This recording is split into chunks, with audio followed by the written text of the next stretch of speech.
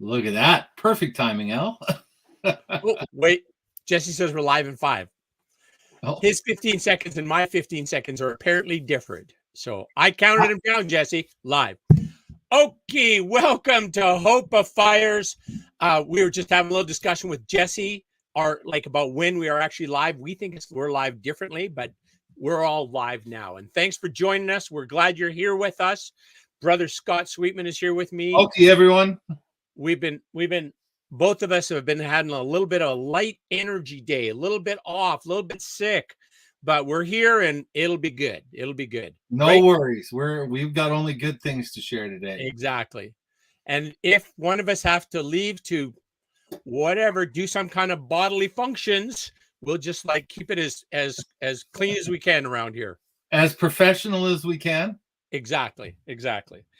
So, Brother Scott, you got the rainy background happening there. I do. Yeah, I thought it's been snowing and kind of raining, and we're headed into the Easter season. So that's always those of us that celebrate the Christian holidays.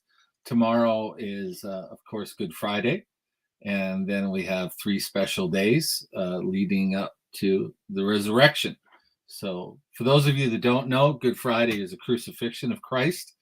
And it's kind of a hope story because he's crucified 3 days, he arises from the dead, and that's how Christianity, in a very simplified way, allows those of us who don't get crucified still to be saved and go to heaven and all those things. So it's quite a hopeful time, but it comes out of a sad time, right?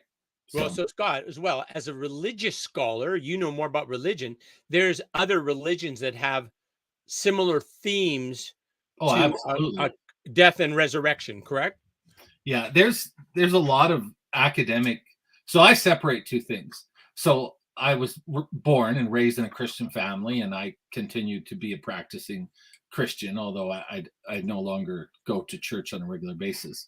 And I also believe that there's a lot of really positive things and truth in Buddhism and Hinduism and all the world's religions.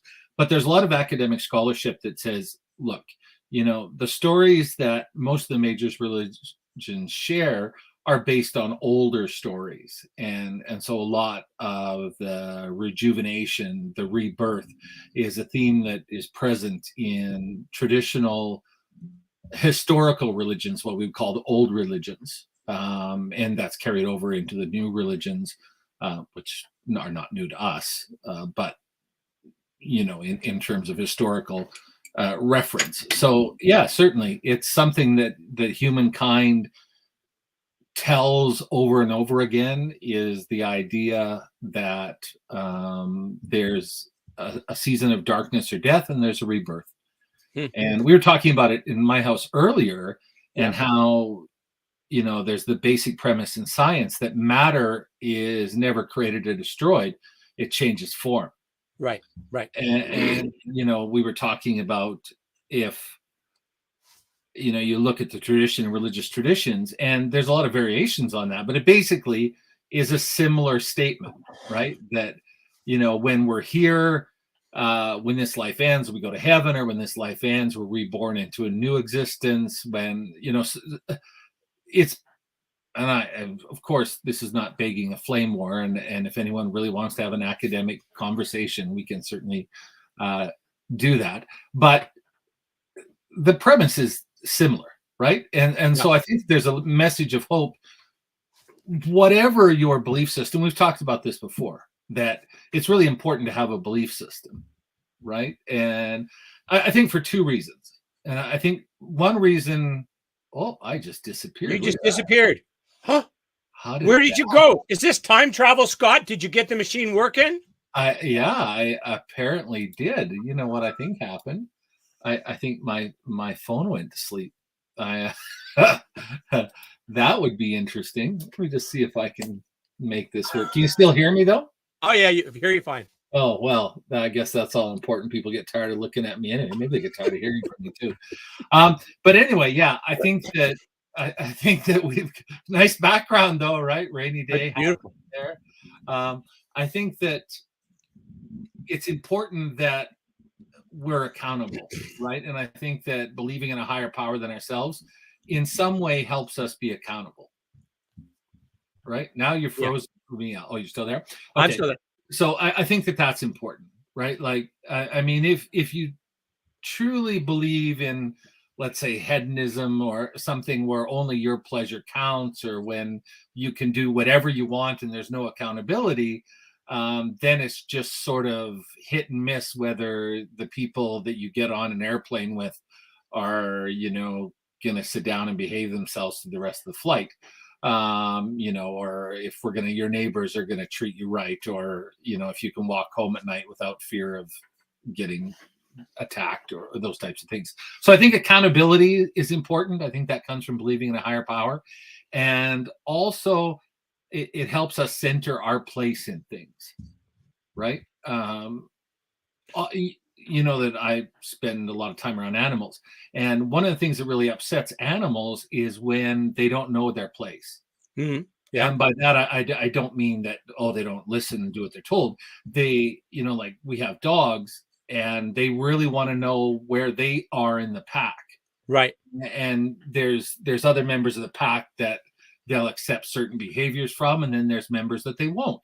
And that gives them a sense of, oh, I belong to this pack, and here's where I fit into this pack, and that makes me happy, and I can go about my And thing. religion does that too? Is that what you're saying? I think so. I think. Well, I don't know if religion does, but believing in a higher power does, right?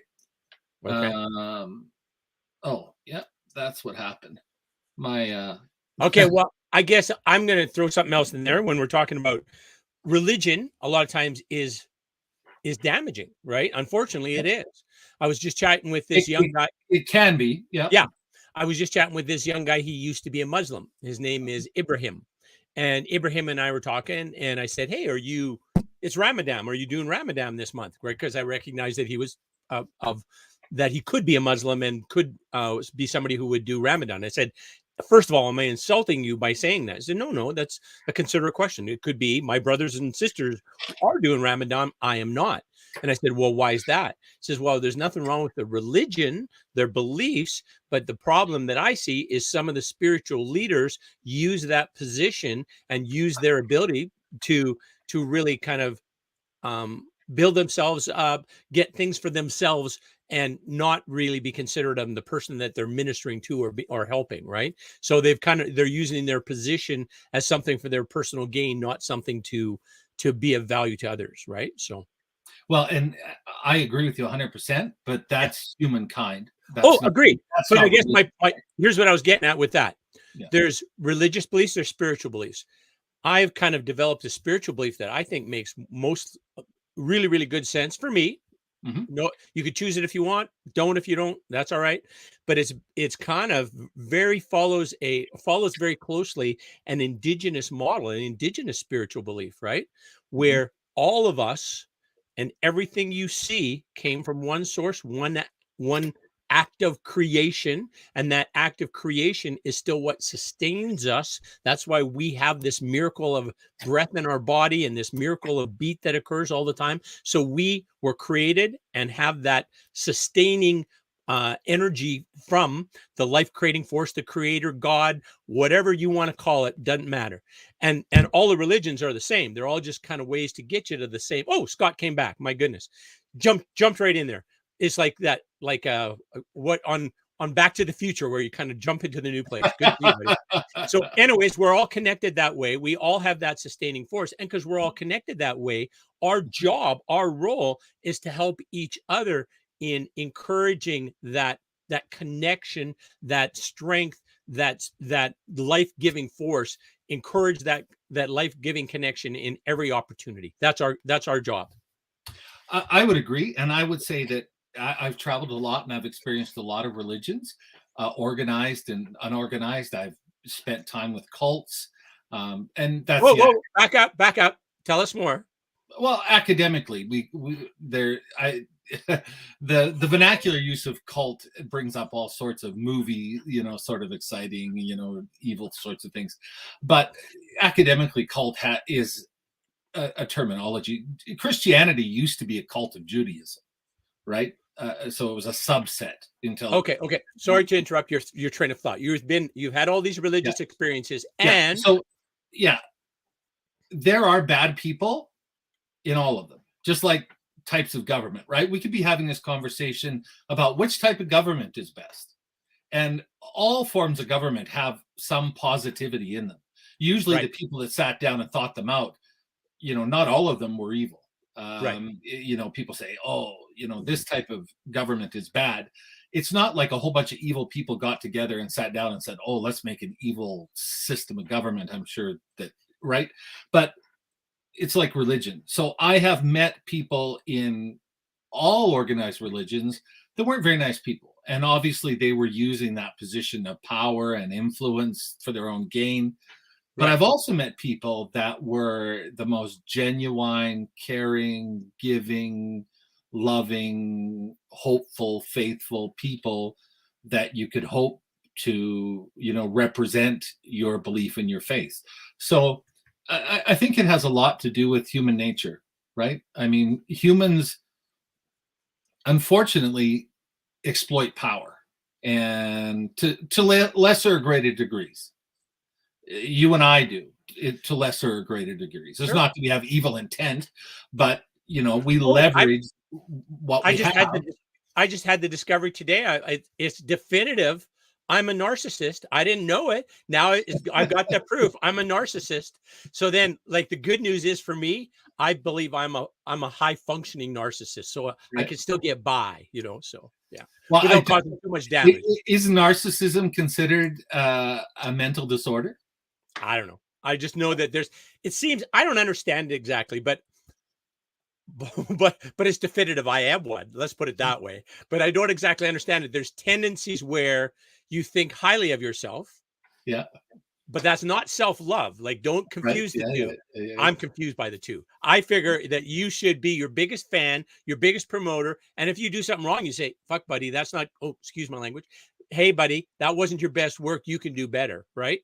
And that's, you support yourself that way. And you would never, try and heap shame or blame or guilt on somebody. You would just try and kind of guide them to a better result that they're going to be happy with, and they're going to enjoy it more, and they're going to be a better value to people.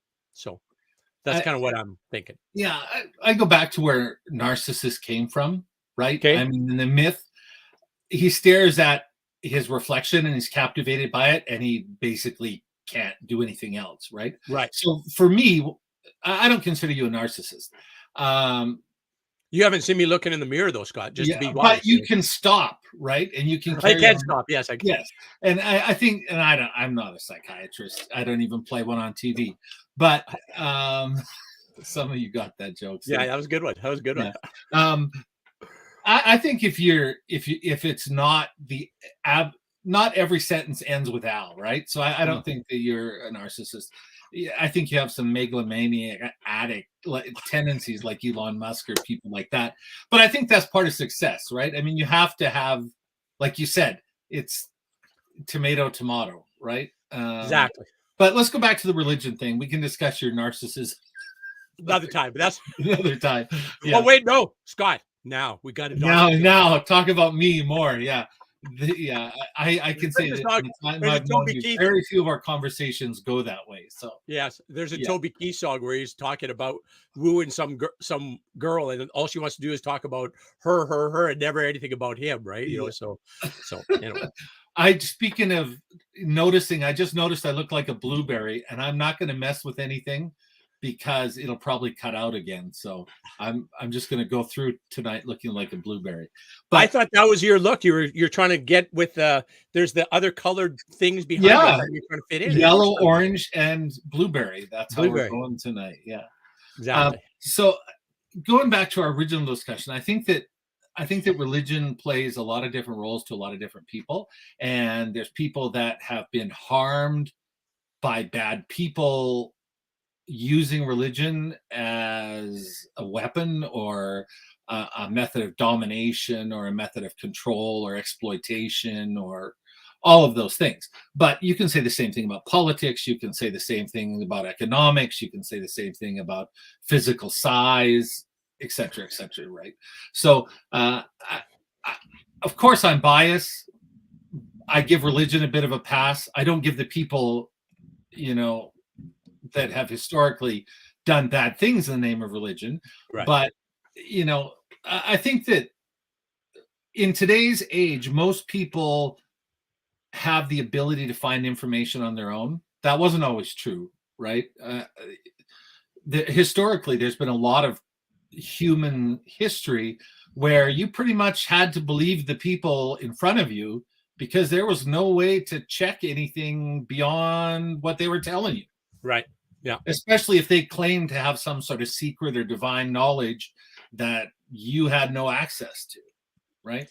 So I always say to people, believe in what you think is appropriate given your historical, geographic, mental context.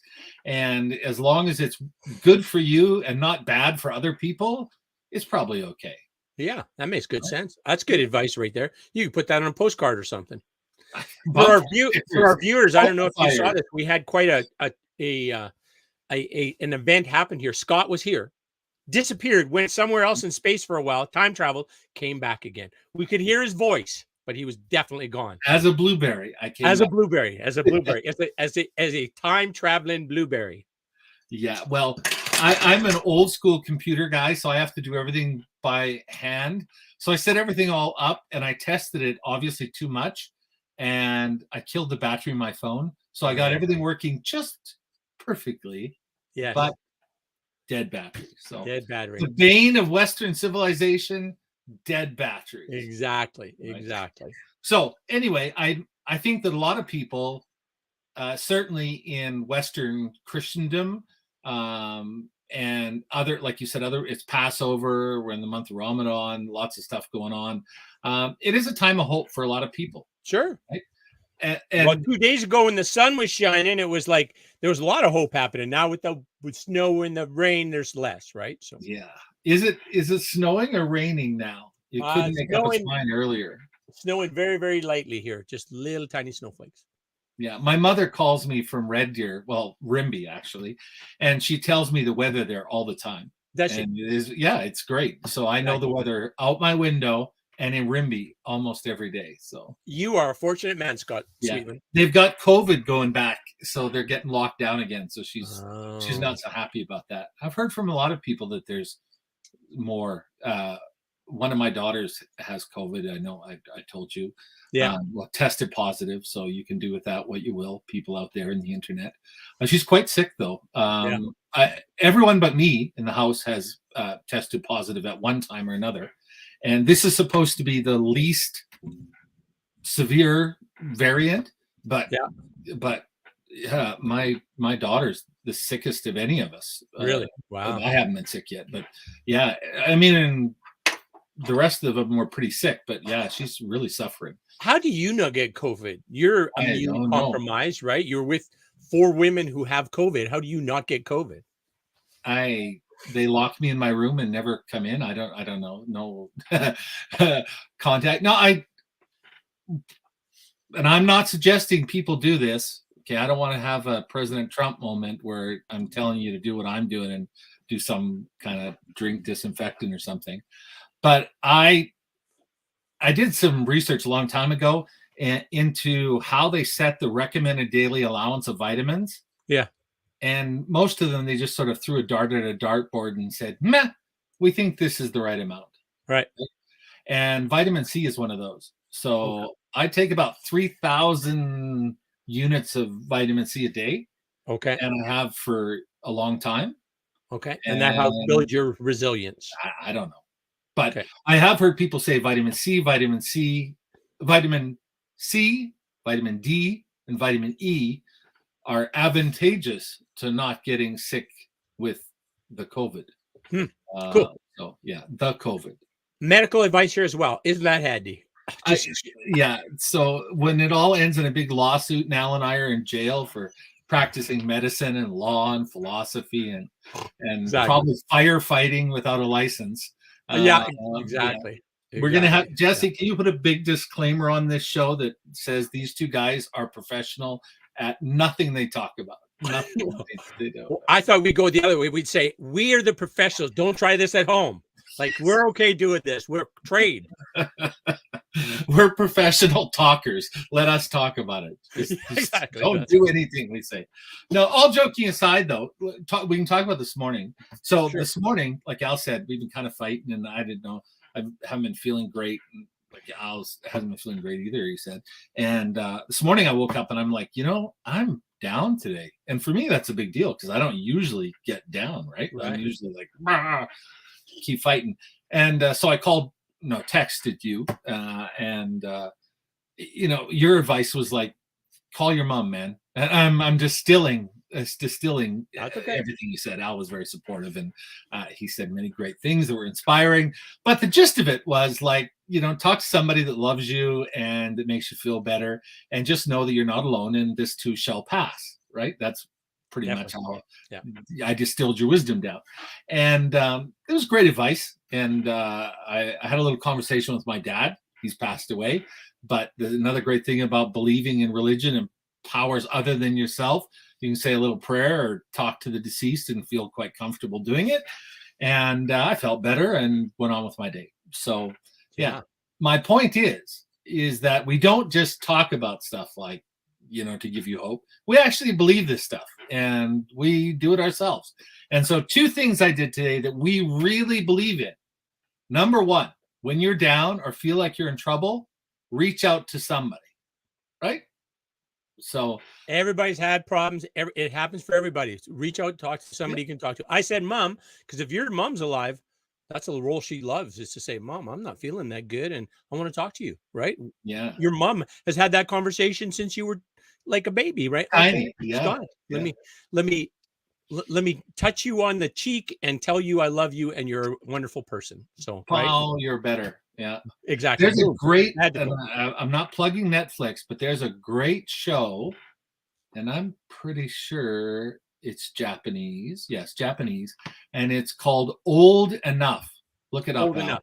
Yeah, and so it's heavily produced and whatever, but they have these little kids who get sent out on an errand, and I mean little, like they're 2 and 3 years old, and they get sent around the corner or sometimes blocks away to pick up something from grandma or something from the shop, and it's can they do this? And the one little girl I'd never seen anything like it, but she was crying and having a fit, and the mom said, "Oh, do you want some eye drops?" And she's like, yeah, okay. And so mom had set up this routine. When the little girl got really, really upset, she just put a couple of drops of saline in her eyes. Like it was like a very tender, caring 1 minute of, oh, okay, honey, and a drip, drip. And pow, like that. She was like, I'm ready to go. Done crying, ready to go. And I thought, there's hope right there. That is. Eye drops from mom. Exactly. And lovely show. You want a little bit of hope? Old Enough. It's on Netflix. Okay. It's subtitled. If you don't like subtitled shows, don't watch it. But it's a great show about kids, and it's really uplifting the things that they get up to and accomplish on their own. Anyway, my point is that, reach out to someone, number 1. And number 2, believe in something greater in yourself empowers you to keep moving forward. And that sounds a little bit contradictory, but it's not. And if you don't believe in something greater than yourself, then believe in yourself, or as I said, believe in something greater than yourself that empowers you to see whatever you're going through ahead. In my case, it was just a little bit of blah. And a lot of people out there are going through a lot worse than I am, or maybe you are today. Our hearts go out to you people, and we just ask, beg, tell you to call somebody, right? What's the number they need to call if they're triggered, Al? Well, 211 is a Canada-wide toll-free operator standing by for any emergency type thing or any concerns that you might have in your life. 211. So give that a go. It's to talk to somebody who actually can. I shouldn't say that. Somebody who is trained to be able to help you if you're having challenges, as opposed to 2 guys who are guys, just 2 old pals sitting here chatting about living a good life. So 211, 211, and I think that's great. And I don't think I've ever called 211 or a number like 211, but I do know that um, that the people who volunteer, and you and I both work with organizations that do a lot of that stuff. Those people really care, and they're not just putting in time. It's not like they're on community service from prison or something.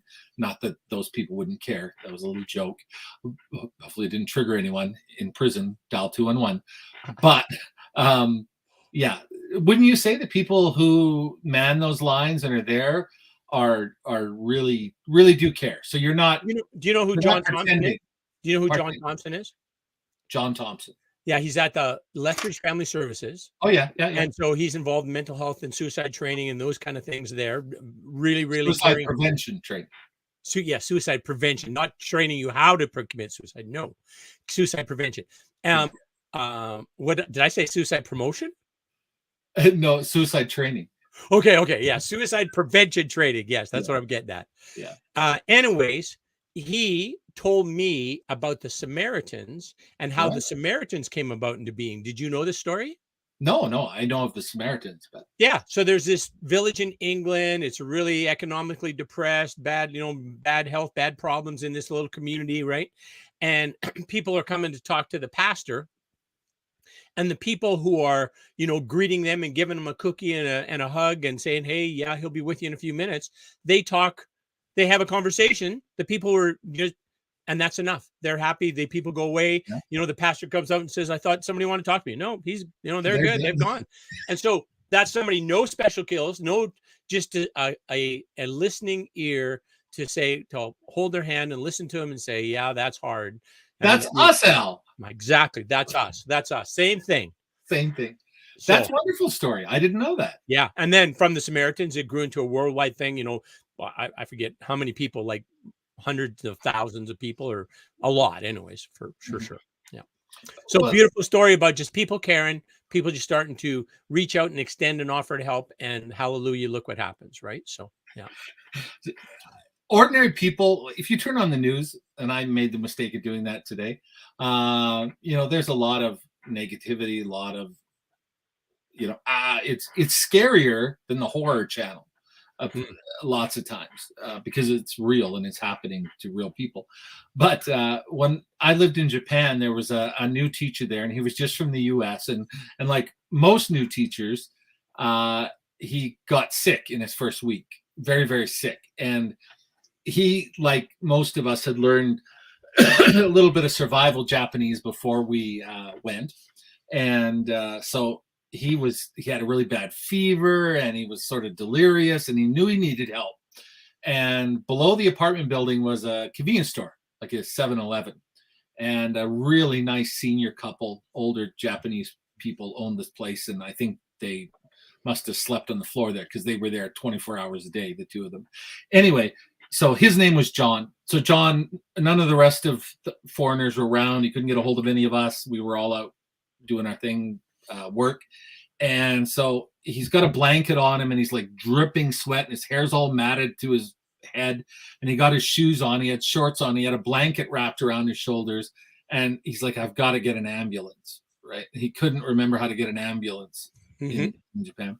So he sort of staggers down to this convenience store, and he was trying to say, help, I'm in trouble. Yeah. But the word he came out with in Japanese was abunai. So abunai in Japanese means danger. Oh. So here's this foreigner standing in their store, dripping sweat, wearing, for all appearances, nothing but a blanket and tennis shoes, saying over and over again, danger, danger, danger. And they were so sweet. They couldn't, and they called an ambulance and the police, and John got the help he needed. But it was such a great story because they didn't freak out. It would have probably been most of us, because it looked like he had the plague or something. He had this terrible fever, and he just kept saying over and over again, danger, danger, danger. Big scary passion. Big scary white guy standing at your door yelling danger. Yeah, that would be. It's like in Japanese, kawaii is scary and kawaii is cute. Oh, And when I first went there, they sounded the same to me.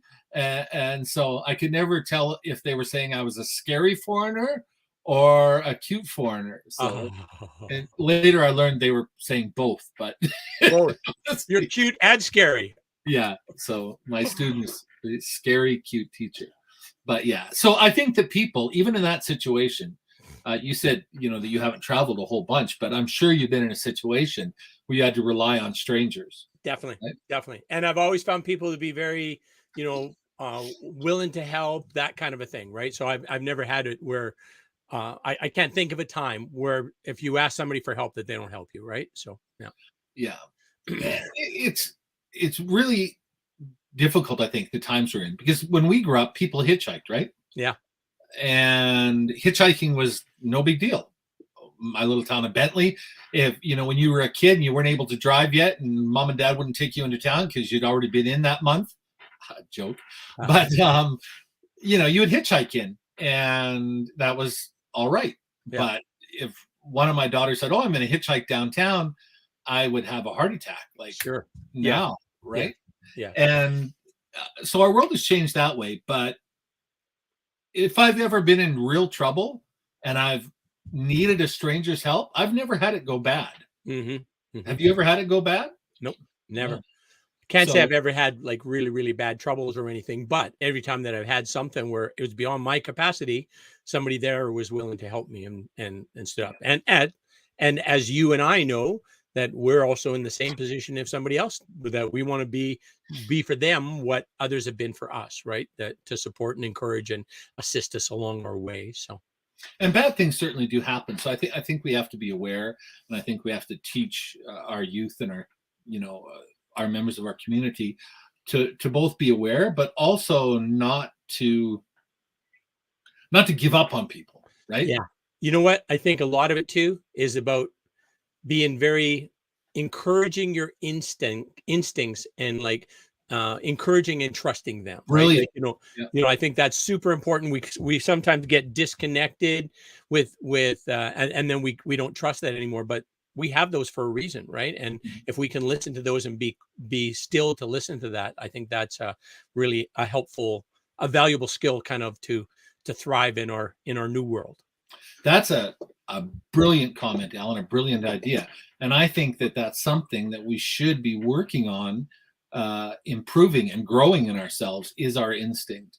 And if you spend any time around animals, it's the difference between life and death. Sure. Even your animals in paddocks or fields or those situations, even though we look after their safety, there's times that their instincts keep them alive. Sure.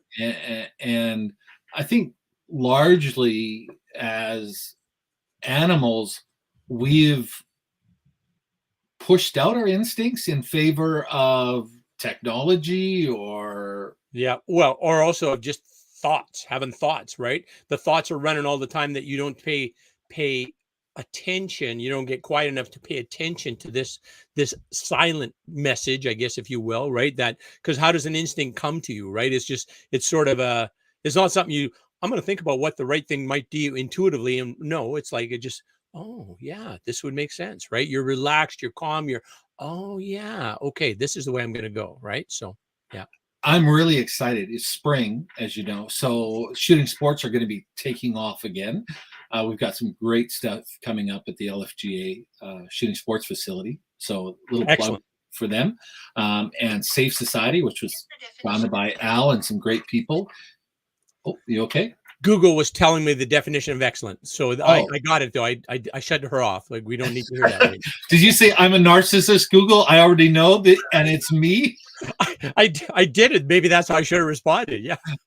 Anyway, so yeah, spring shooting sports, and one of the things I really love about IPSC, and that's basically a shooting sport that has an obstacle course, a whole bunch of rules to keep you safe and keep the things fair, because you can compete at any age, any skill level, and it keeps the people that can afford really expensive equipment separate from people who just can afford basic equipment. And it's a great sport.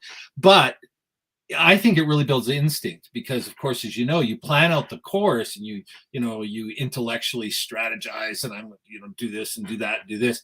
And then when the timer starts, instinct has to take over and you better have trained, and because your mind and body are just go, go, go. And you don't have time to stop and say, now, was I going to go left to right or right to left here? Okay, so Scott, are we saying for next episode, we're going to have an instinct enhancing awareness practice that we're going to discuss on this show? Is that what we're saying? Brilliant. I'll do some research. I'm excited. I am will. too. Okay. So Excellent. You heard it here. Next week, we're going to help ourselves and you build up your instinct abilities. Because we believe that it's connected to hope, right? Because if you can trust your instincts, you're going to have more positive attitudes. You're going to be less scared of everything and more self-confident in making the right choices when it comes to your actions around others or in difficult situations. Scott Sweetman, that was beautifully said. What a way to wrap up this show. So come join us next week. We're going to do some instinct building. It'll be fun. A view to hope via the channel of instinct. We're there. Exactly.